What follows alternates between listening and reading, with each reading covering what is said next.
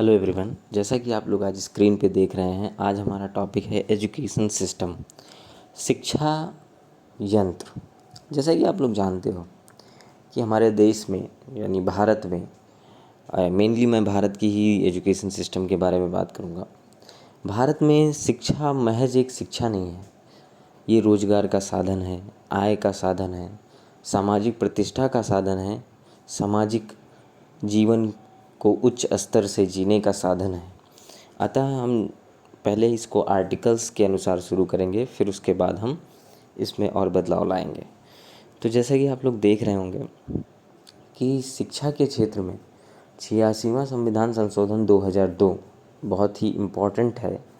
इसमें ये बताया गया है कि राइट टू एजुकेशन मतलब शिक्षा पाने का अधिकार, जिसमें इसी के तहत मूल कर्तव्य में भी 6 से 14 वर्ष की आयु के बच्चों के लिए अनिवार्य शिक्षा कर दी गई, जो कि उनके माता पिता का दायित्व होगा। और जैसा कि हम लोग जानते हैं डीपीएसपी जो कि राज्य को निर्देश होता है, तो उसमें भी बताया गया है कि राज्य का दायित्व है आर्टिकल 45 में कि दायित्व है कि सबको मुफ्त और समान शिक्षा प्रदान करें। ठीक है, हम लोगों ने देख लिया आर्टिकल 21A के तहत ये राइट टू एजुकेशन है यानी मूल अधिकार। आर्टिकल 51 का 11वां ये मौलिक कर्तव्य के तहत है। और फिर आर्टिकल 45 के तहत, जैसे कि आप लोग देख रहे हो स्क्रीन पे, इवान इलिच कहते थे डी स्कूलिंग सोसाइटी की स्थापना की। मतलब इन्होंने ही स्कूल से डी स्कूल मतलब उसका अपोजिट मतलब कि स्कूल ना जाने की बात कही। क्यों कही? क्योंकि आजकल जिसे हम शिक्षा कहते हैं वह एक उपभोक्तावाद मानसिकता है, जिसका उत्पादन स्कूल नाम की संस्था द्वारा किया जा रहा है। जैसे कि हम लोग फैक्ट्री में जब हम लोग जाते हैं तो जैसे आटा से ब्रेड बनाना वगैरह वगैरह जो भी बनते हैं फूड प्रोसेसिंग के तहत, उसी तरह से इवान इलिच ने कहा कि यह एक मशीन है जिसके अंतर्गत शिक्षा का उत्पादन स्कूल नामक संस्था द्वारा की जा रही है। तो ये मेरे ख्याल से इनको बहुत ही बुरा लगा होगा कि शिक्षा जैसी पवित्र चीज़ को भी हमारे समाज में आजकल बेचा जा रहा है, ख़रीदा जा रहा है। तो ये कहीं ना कहीं अपने आप में एक बेहतर चीज़ नहीं है। जैसे कि हम लोग जानते हैं हमारे सोसाइटी में लगभग 80% लोग यही कहते हैं कि शिक्षा ग्रहण करो ताकि अच्छी नौकरी मिले, अच्छी नौकरी मिलेगी तो अच्छी शादी होगी। मगर मेरा एक अलग ही प्रोस्पेक्ट है, आप शिक्षा शिक्षित होने के लिए क्यों नहीं ग्रहण करते हैं? जैसे कि मैं देखता हूँ कि हमारे यहाँ के टॉप ब्यूरोक्रेट या top engineer, top scientist, top biologist सभी कहीं ना कहीं पैसे के चक्कर में हैं। किसी मेडिकल कॉलेज में जाओ या मेडिकल की दुकान पे जाओ या मेडिकल स्टोर पे जाओ, कहीं भी जाओ, किसी हॉस्पिटल जाओ, तो ऊंची ऊंची फीसें, जो कि वो जानते हैं कि कहीं ना कहीं right to education, right to health, ये सब कुछ लोगों का अधिकार है।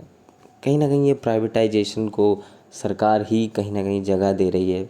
और हमारा ज़्यादा दूर ना जाते हुए यही देख लेते हैं कि प्राइवेटाइजेशन इन एजुकेशन, जो कि आज की एक बहुत बड़ी समस्या है, एजुकेशन सेक्टर में भी प्राइवेटाइजेशन है। ठीक है, हम ज़्यादा इधर उधर की बातें ना करते हुए अपनी यूपीएससी पॉइंट ऑफ व्यू से बात करते हैं आगे। अब देख रहे हो जैसे कि स्क्रीन पे मानव संसाधन के विकास का मूल शिक्षा है। जैसा कि मैंने बताया कि हम शिक्षा, रोजगार परक शिक्षा यदि ग्रहण करें तो मानव का संसाधन का विकास होगा और मानव संसाधन कहीं ना कहीं रोजगार और देश के विकास में काम आता है। जैसे कि एक व्यक्ति यदि शिक्षित है और वो मानव संसाधन नहीं बना है तो वो देश के लिए उसका कोई मूल्य नहीं है। अर्थात मैं कहूँ कि मैंने जो है आईआईटी से ग्रेजुएशन कर रखा है, मगर मैं कहीं कोई स्किल गेन करके मैंने कहीं जॉब नहीं किया, तो मैं देश के लिए मानव संसाधन नहीं हूँ, मैं देश के लिए बेकार हूँ, मैं देश के लिए महज एक बोझ हूँ। क्योंकि आईआईटी जैसे संस्थान ने मुझे इतनी महंगी फैसिलिटी दी और मैंने क्या किया, उसके फैसिलिटी के बदले जॉब गेन की। अगर हम कहीं फ़ॉरेन में जॉब गेन करते हैं तो जो कैपिटल है उनका इनफ्लो होता है, अर्थात जो पैसा है वो हमारे देश के अंतर्गत आता है, जिसको एफडीआई या एफपीआई जो भी आप कह सको। और डीबीटी भी होता है कि डायरेक्ट बेनिफिट ट्रांसफ़र, मतलब जो अमेरिका है या जापान है, जर्मनी है, वो सभी लोग हम लोग को हायर करती है, मतलब इंडिया से ही, कि हमारे लिए सॉफ्टवेयर का काम करो, ये मतलब सर्विस दो अपनी, मैं आपको मनी पैसे दूंगा, डॉलर में दूंगा, येन में दूंगा। और भारत में वो उस मनी का जब इनफ्लो होता है तो भारत की कहीं ना कहीं जीडीपी में डेवलपमेंट आता है, कहीं ना कहीं एफडीआई आता है, तो भारत में इंफ्रास्ट्रक्चर का निर्माण होता है। तो इस तरह से भारत का विकास होता है। तो मानव संसाधन के विकास का मूल शिक्षा है, जो देश के सामाजिक आर्थिक तंत्र में संतुलन लाने का कार्य करता है। कहीं ना कहीं सामाजिक शिक्षा एक सामाजिक मूल्य भी है। आर्थिक मूल्य तो अपने आप में चलो ठीक है कि नौकरी मिल गई, पैसा मिल रहा है। सामाजिक प्रतिष्ठा हमारी बढ़ जाती है, हमारी सामाजिक सोच बढ़ जाती है, हम चीज़ों को कई नज़रिए से सोच पाते हैं, हम चीज़ों को बेहतर तरीके से सोच पाते हैं, हम चीज़ों का बेहतर शोषण कर पाते हैं। शोषण का मतलब गलत मत लीजिएगा, जैसे कि मैं आपसे कहूँ कि मैं आपको एक बोतल दे देता हूँ और उसका यूज़ करिए, कोई ऐसा यूज़ जो मतलब देश के विकास में काम आ सके, मतलब देश के लिए काम आ सके। तो ये कहीं ना कहीं ये एक सामाजिक विचार है कि आप शिक्षा से चीज़ों को बेहतर करते हो। और कहीं ना कहीं जो गरीब तबका है, अर्थात एससी एसटी ओबीसी, जो निचले स्तर के लोग हैं, वो कहीं ना कहीं आरक्षण के माध्यम से, शिक्षा के माध्यम से उच्च स्तर की परिस्थिति को प्राप्त करने की कोशिश करते हैं। ना कि सामाजिक तौर पे तो शायद मुश्किल है, मगर सामाजिक नज़रिया भी बदलता है यदि आर्थिक नज़रिया बदलता है। फ़िलहाल के परिदृश्य में आर्थिक जो मजबूती है वो बहुत ही इम्पोर्टेंट हो चला है, क्योंकि हम कोई भी परिस्थिति प्राप्त कर ले, यदि हमारे पास खाने का पैसा नहीं है, हमारे पास किसी को देने का पैसा नहीं है, हमारे पास सामाजिक कर्मकांड करने का पैसा नहीं है, तो लोग हमारी स्थिति को उच्च होने के बावजूद निचले स्तर से मतलब रिलेट करेंगे। तो सामाजिक संतुलन के बारे में बताया मैंने। और सर्वाधिक कर्मचारी शिक्षा के क्षेत्र में ही हैं, जैसे बीएसए हो गया, टीचर्स हो गए, और तरह तरह के एजुकेशन के मंत्री वगैरह, सचिवालय में एजुकेशन से रिलेटेड बहुत लोग होते हैं, यूपीएससी वगैरह जो एग्ज़ाम कराती है, सीबीएसई, एनटीए वगैरह। तो इस तरह के कर्मचारी शिक्षा के क्षेत्र में बहुत सारे हैं। शिक्षा में बहुत बड़ी समस्याएं ये आ रही हैं कि कई सारी सीटें खाली जा रही हैं। यूजीसी के अनुसार प्रोफेसर के इस समय 35% पद हैं, भरे हुए हैं, एसोसिएट प्रोफेसर की 46 और सहायक प्रोफेसर की 26। अर्थात आप देख रहे हो कितना बड़ा गैप है। और इसका जो कारण बताया जा रहा है वो ये बताया जा रहा है कि शिक्षा में जो है लोगों की रुचि कम हो रही है। लोग शिक्षित तो होते जा रहे हैं, लेकिन शिक्षक नहीं बनना चाहते हैं। और कहीं ना कहीं हम भी जानते हैं कि शिक्षा का क्षेत्र बहुत ही ज़्यादा एडवेंचरस नहीं है, मतलब उसमें कोई रोचक तथ्य नहीं है। तो हमें प्रयास करना होगा कि रोचकता लाई जाए, अच्छी सैलरी दी जाए, ताकि लोग प्रेरित हों शिक्षक बनने के लिए। और समय समय पे उनको असाइनमेंट दिया जाए, समय समय पे इनोवेशन करने को विचार दिया जाए, समय समय पर उनको फॉरेन ट्रिप वगैरह भी कराया जाए, ताकि वो अन्य स्कूल सिस्टम, अन्य एजुकेशन सिस्टम, मतलब वर्ल्ड के एजुकेशन सिस्टम को देखकर भारत में उसका कहीं ना कहीं इम्प्लीमेंटेशन कर पाएँ। तो हमें शिक्षक बढ़ाने के लिए तरह तरह के उपाय करने चाहिए। हमें शिक्षक को लीव देनी चाहिए अच्छी खासी, और उनकी मानवीय गरिमा को बनाए रखना चाहिए। कहीं ना कहीं शिक्षक का मानवीय गरिमा भारत में कहीं ना कहीं दांव पर रहता है। वो बहुत ज़्यादा मेहनत करता है, इसीलिए वो सोचता है कि हमें कोई ऐसी जॉब चाहिए जो बहुत ही सेटल हो। ठीक है, दूसरा क्या है, राज्य सरकार जो है, केंद्र सरकार का शिक्षा पद्धति जो है कहीं ना कहीं बेहतर है। राज्य सरकार का जो ना तो रोड मैप वो बेहतर बनाते हैं, ना ही हितधारकों का ध्यान रखते हैं। इसलिए राज्य के कहीं ना कहीं शिक्षा स्तर में भी कमी है। जैसे कि यूजीसी के बजट के अनुसार जैसे कि हम लोग जानते हैं कि केंद्रीय सेंट्रल यूनिवर्सिटीज़ बहुत कम हैं और स्टेट यूनिवर्सिटीज़ बहुत ज़्यादा हैं।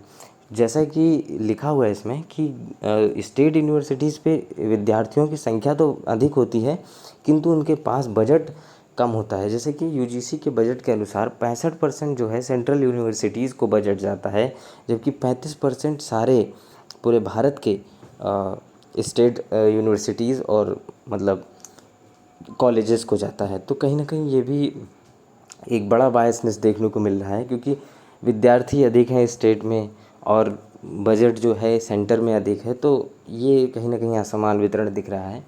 और चौथा है, विद्यालय महाविद्यालय में बुनियादी ढांचा और शिक्षक प्रशिक्षण की व्यवस्था बेहद कमज़ोर है। जैसा कि हम लोग जानते हैं, स्किल डेवलपमेंट नहीं होता है। जैसे कि जब एक बार यूपी में भर्ती हो जाती है शिक्षकों की, तो उनके स्किल इन्हांस के लिए कोई ना तो सेमिनार होता है, ना ही कोई प्रोजेक्ट देते हैं कि आप ये बच्चों से कराइए, आप खुद करिए।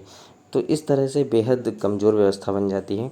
और जैसा कि हम लोग जानते हैं कि सीखते रहना ही हमारे जीवन का उद्देश्य है, और वो सीखने की प्रोसेस जब रुक जाती है, तो कहीं ना कहीं हम एक गैप बन जाता है, एक लर्निंग गैप बन जाता है, एक एजुकेशन गैप बन जाता है, एक जो करंट सिनेरियो होता है पढ़ाई का, उससे हमारा गैप बन जाता है। तो एक शिक्षक को जुड़े रहना चाहिए करंट अफेयर्स से, करंट सिनेरियो से, देश में क्या हो रहा है, देश के पढ़ाने की जो पद्धति है वो बदलते रहना चाहिए, उसमें विचार करते रहना चाहिए, मंथन करते रहना चाहिए, उसको इन्हांस करते रहना चाहिए।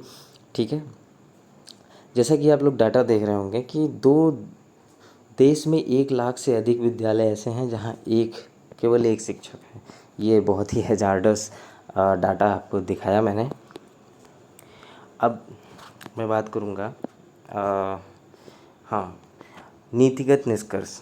जैसे कि आप लोग देख रहे हो, नीतिगत निष्कर्ष नहीं, अभी मैं उसके बारे में ना बात करते हुए मैं आपको महात्मा गांधी की और बड़े बड़े विचारकों ने क्या कहा है। पहले तो सबसे पहला जो सबसे फेमस है, अम्बेडकर जी ने कहा था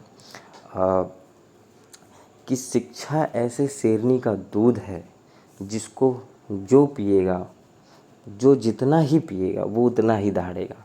अर्थात जो जितना ही एजुकेटेड रहेगा, मान लीजिए आप ग्रेजुएट हैं तो आप दहाड़ेंगे, आप पोस्ट ग्रेजुएट हैं आप और दहाड़ेंगे, आप आईआईटी से हैं आप और दहाड़ेंगे, बड़े आप डीएम के बन गए या डीएम की पढ़ाई कर रहे हो तो आप और दहाड़ोगे। तो इस तरह से शिक्षा एक ऐसे श्रेणी का दूध है जो जितना पिएगा वो उतना दहाड़ेगा। महात्मा गांधी ने कहा था, जो मुक्ति के योग्य बनाए वही विद्या है। और अम्बेडकर जी ने एक और चीज़ कहा था, बुद्धि का विकास मानव अस्तित्व का अंतिम लक्ष्य है। बिल्कुल सही कह रहे हैं कि यदि मानव के पास बुद्धि नहीं है और बुद्धि का वो विकास नहीं कर रहा है, लर्निंग नहीं कर रहा है, तो कहीं ना कहीं वो जानवर है। और विवेकानंद जी ने भी कहा है, हमें ऐसी शिक्षा चाहिए जिससे चरित्र निर्माण हो, मन की शांति बढ़े, बुद्धि का विकास हो और हम अपने पैर पर खड़ा हो सकें। जैसे कि विवेकानंद जी ने जो बातें कही हैं वो सारी सामाजिक है, लेकिन केवल एक जो है इकोनॉमिक एस्पेक्ट को दिखाता है, पैर पर खड़ा हो सकें। और विवेकानंद जी ने एक और बात कही है, मानव के आंतरिक पूर्णता को व्यक्त करना शिक्षा है। मतलब हमारे अंदर कि हम कितने परिपूर्ण हैं उसको व्यक्त करना ही शिक्षा है। तत्कर्म यन्न बंधया सा विद्या सा विमुक्तये, यानी विद्या वह है जो हमें अज्ञानता के बंधन से मुक्त करे, अर्थात आत्मनिर्भर नियंत्रण दे। इसी के साथ मैं आगे चलता हूँ। शिक्षा के बारे में कुछ तथ्य भी हैं, जैसे कि आप लोग देख रहे हो कि जो अगर हम शिक्षा में निजी क्षेत्र आजकल देख रहे हो आप किस तरह से बढ़ रहा है, और कई सारी रिपोर्ट्स भी आ रही हैं कि निजी सेक्टर में जो है एडमिशन्स बढ़ रहे हैं और निजी क्षेत्र के जो स्टूडेंट्स हैं वो आगे ग्रो कर रहे हैं। बट हमें ध्यान इस तरफ देना होगा, जो हमारा प्राथमिक क्षेत्र है, प्राथमिक विद्यालय है और हमारा जो गवर्नमेंट कॉलेजेस हैं उनके प्रति हमें ध्यान देना होगा। क्योंकि अगर प्राइवेटाइजेशन हुआ तो कहीं ना कहीं ये बेहद नुकसान होगा हमारे भारतीय जन सामान्य के लिए। तो आरक्षण अगर दिया जाए, निजी स्कूलों में कुछ आरक्षण दिया जाए, और तो इससे जो है सामाजिक आर्थिक भेदभाव को प्राथमिक स्तर पर मिटाया जा सकेगा, जो कि सोशल जस्टिस के तहत अच्छा काम होगा। और राष्ट्रीय बाल अधिकार संरक्षण आयोग को राइट टू एजुकेशन 2009 के प्रावधान को लागू करने की जिम्मेदारी दी गई है। नो डिटेंशन पॉलिसी, जैसे कि आप लोग देख रहे हो उसमें ये पॉलिसी इस तरह है जैसे कि आप लोगों ने 8th तक पढ़ाई अच्छे से नहीं की होगी, फिर भी चल गया होगा, उसका कारण यही है, नो डिटेंशन पॉलिसी। इसके तहत ये बताया गया है कि राज्यसभा ये जो है 2017 को पारित हुआ था, निःशुल्क और अनिवार्य बाल शिक्षा अधिकार। तो इसमें ये बताया गया है कि 8वीं तक यदि बच्चा फेल होता है तो उसे पुनः उसी कक्षा में पढ़ने के लिए फोर्स नहीं किया जा सकता है। यदि वो चाहता है तो वो अगली कक्षा में पढ़ सकता है और उसको पासिंग ग्रेड देकर अगली कक्षा में भेज दिया जाएगा। लेकिन इसके एक लाभ भी हैं और कई हानि भी हैं, मतलब कई हानि और कई लाभ हैं, जिसमें मैं बताता हूँ आपको कि मनोबल बढ़ेगा, लड़का पास हो जाएगा, मनोबल बढ़ेगा, आत्महत्या जैसी घटना कम होगी। लेकिन अपेक्षा के ज्ञान का कम होना स्वाभाविक तौर पर देखने को मिलेगा और इससे सीखने और सिखाने की प्रक्रिया में गिरावट आएगी। जैसा कि हम जानते हैं, यदि बच्चा 8th के लायक था तो उसको 10th और 9th की चीज़ें नहीं समझ में आएंगी उतनी जल्दी। तो लर्निंग कैपेसिटी और लर्निंग जो लेवल है वो कहीं ना कहीं गिरेगा। अब हम लोग बात करेंगे कि ये एक डाटा मैं दिखाऊं आपको, एक प्राथमिक शिक्षा से संबंधित चुनौतियों के बारे में यहाँ लिखा हुआ है। तो भारत गांव का देश है, जैसा कि आप सभी लोग जानते हैं। आधे से अधिक आबादी आर्थिक तंगी के कारण, शिक्षा के प्रति उदासीनता के कारण लोग सरकारी प्राथमिक विद्यालयों में पढ़ाते हैं। फिर भी अभी पंजीकरण उतना नहीं है। जैसे कि हम लोग जानते हैं, भारत एक गरीब देश है, थोड़ा मतलब गांव में थोड़ी भी इनकम फैसिलिटी उतनी अच्छी नहीं है और मनोबल भी शिक्षा के प्रति बहुत उच्च नहीं है। जो मोटिवेटेड नहीं है, जो अवेयर नहीं है, वो कहीं ना कहीं सोचते हैं कि अरे सरकारी स्कूल में डाल दो, बहुत हो जाएगा, पढ़ाई लिखाई से क्या क्या भला हुआ है, ऐसे टाइप का बोलते हैं। तो फिर भी जो है, ऐसा मानसिकता के बावजूद भी हमारे यहाँ पंजीकरण अभी कम है। और जैसा कि हम लोग देख रहे हो स्क्रीन पे कि प्रथम एक एनजीओ है जो कि असर रिपोर्ट यानी annual status of education report जारी करता है और 2023 में ये बता रहा है कि नामांकन उच्च हुए हैं फ़िलहाल, ठीक है। और निपुण भारत मिशन के तहत ये मतलब चीज़ों को देख रहा है कि मतलब भारत एजुकेशन सेक्टर जो है निपुण भारत स्कीम के तहत चला रहा है। और इसमें असर जो है वो ये रिपोर्ट जारी करता है कि वार्षिक रिपोर्ट जारी करता है कि नागरिक नेतृत्व वाला घरेलू सर्वेक्षण है। मतलब एनजीओ है जो कि डोमेस्टिक सर्वे करता है। इसका उद्देश्य ये है कि ग्रामीण भारत में बच्चे स्कूल में नामांकित हैं, मतलब कितने बच्चे ग्रामीण भारत में नामांकित हुए, या उनकी सीखने की क्षमता कैसी चल रही है, लर्निंग कैपेसिटी कैसी चल रही है, इत्यादि पे जोर देता है। असर का मुख्य जो फोकस होता है वो 3 से 16 वर्ष के बच्चों का नामांकन स्थिति देखना कैसा है, 15 से 16 आयु के बच्चों की बुनियादी शिक्षा कैसी हुई है, क्या वो पढ़ पा रहे हैं, अंक गणितीय सवाल लगा पा रहे हैं या नहीं, वो सीखने में कैसे हैं, उनकी लर्निंग कैपेसिटी कितनी है, वो किस क्लास में है और किस क्लास तक का वो पढ़ लिख और समझ पा रहे हैं। तो इस तरह से आगे कर चलते हैं। जैसे कि ये डाटा आप लोग देख रहे हैं, समग्र नामांकन जो है पॉजिटिव हुआ है, मतलब बढ़ा है। सरकारी स्कूलों में नामांकन ये भी बढ़ा है, ट्यूशन ये भी बढ़ा है, जो कि बहुत ही अच्छी चीज़ नहीं है। क्योंकि यदि बच्चा पढ़ने जाता है और फिर वो ट्यूशन जाता है तो कहीं ना कहीं जो परिवार है, यदि वो गरीब है तो उसके ऊपर आर्थिक बोझ बढ़ता है।